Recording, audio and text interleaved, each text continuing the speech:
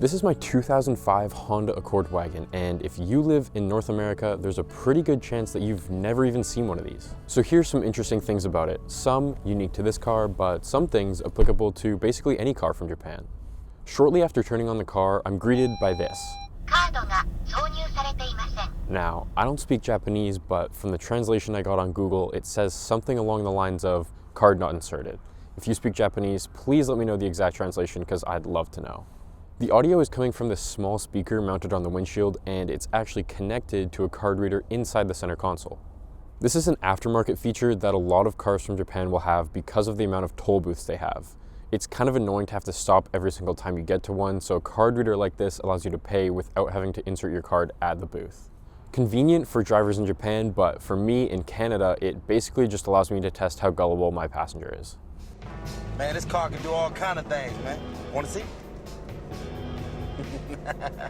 Speaking of passengers, it can actually be quite helpful to have one in a right-hand drive car because things like drive-thrus and parking garages can slow you down quite a bit in certain scenarios. Here's an example of how far you'd be able to reach out the window of a left-hand drive car as the driver. Now this is how far I can reach out the window of the car from the right-hand drive driver's seat all the way across to the left. Now this is how far I can reach from the right-hand drive driver's seat with my seatbelt unbuckled, really stretching to get across. Now how this typically ends up working in the real world is that at a drive-thru you probably won't have to get out of your car to run around and grab the food because the person handing you your food is also going to be reaching out towards you. You'll be reaching, and combined you'll probably be able to get it done. Parking garages, on the other hand, can be a whole different story. For example, I used to work downtown, and the parking garage that I parked at required me to press a button to get a ticket from it. And the curb was big enough that I couldn't bring my car close enough to it to reach across and grab the ticket. So I'd have to throw the car in park, pull the e-brake, run around, grab the ticket, send the arm up, and then run back around, get in the car, and drive away. Definitely not ideal, and if you have to do that every single day, it definitely sucks. Next is power folding mirrors. Now, I know that this isn't exactly a luxury at this point, but on an Accord from 2005, definitely not something you see every day. If you're like me, you need music or a podcast or something to drive to. In this particular scenario, this radio looks exactly the same as the North American counterpart, but it doesn't get any stations here. So unless I just want to listen to pure static, I had to find a solution to that. Now, I could have bought an aftermarket one, but I like the way this looks. I like that it matches everything else on the dash, and on top of that, the climate controls are built in. So instead, I found a new solution to play music in here. I bought one of these on Amazon and basically completely ripped apart my dash to install it, which kind of sucked, to be honest with you. But now I just have this pretty clean solution of one cable coming out of the ashtray, and it looks clean. It doesn't take away from the factory look at all. I think it works nicely. The audio sounds great. There is one downside though. On the box, it claims that you can control the music from the head unit or the controls on the steering wheel, but it just doesn't. Like, the volume still works, obviously, because that's just changing the volume of the stereo, but I can't change to the next song, so that part kind of sucks. My solution to it has just been, hey Siri, next song. Here's some info about eggnog. But what the hell? Moving back to the center console, on the underside of it, there's 2 slots for business cards and a pen. By the way, if you ever need to make yourself business cards, don't make them a dark color. There's a reason that people don't do that, because now I have to carry around white pens.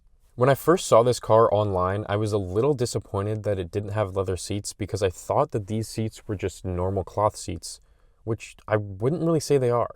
If you take a closer look, it's actually more of an Alcantara material. Now, I'm not saying it's the most premium quality material in the world, but it's definitely not the classic cloth seat that you're thinking of. So I actually really like them, and they don't give you third-degree burns in the summer, so I'm not complaining. Let's check out the back seats. The first thing you'll notice is that there's not a ton of legroom back here, and I'm talking about like space between the back of the seat and the front of the back seat. Hopefully you've got small legs because they're not going to fit super well back here. On the flip side though, there's actually a lot of headroom back here for some reason. I don't really know why. Weird dimensions. If there's one thing that I would change about this car, it would be to move the back seats back a little bit and take some of the trunk space, because there's a ton of trunk space, and to be honest, I have a hard time using all of it most of the time. But I wouldn't mind having a little bit more room back here for my passengers. Having this amount of trunk space is pretty awesome though. If you fold down these 2 seats, you can fit a twin size mattress in here if you really wanted to.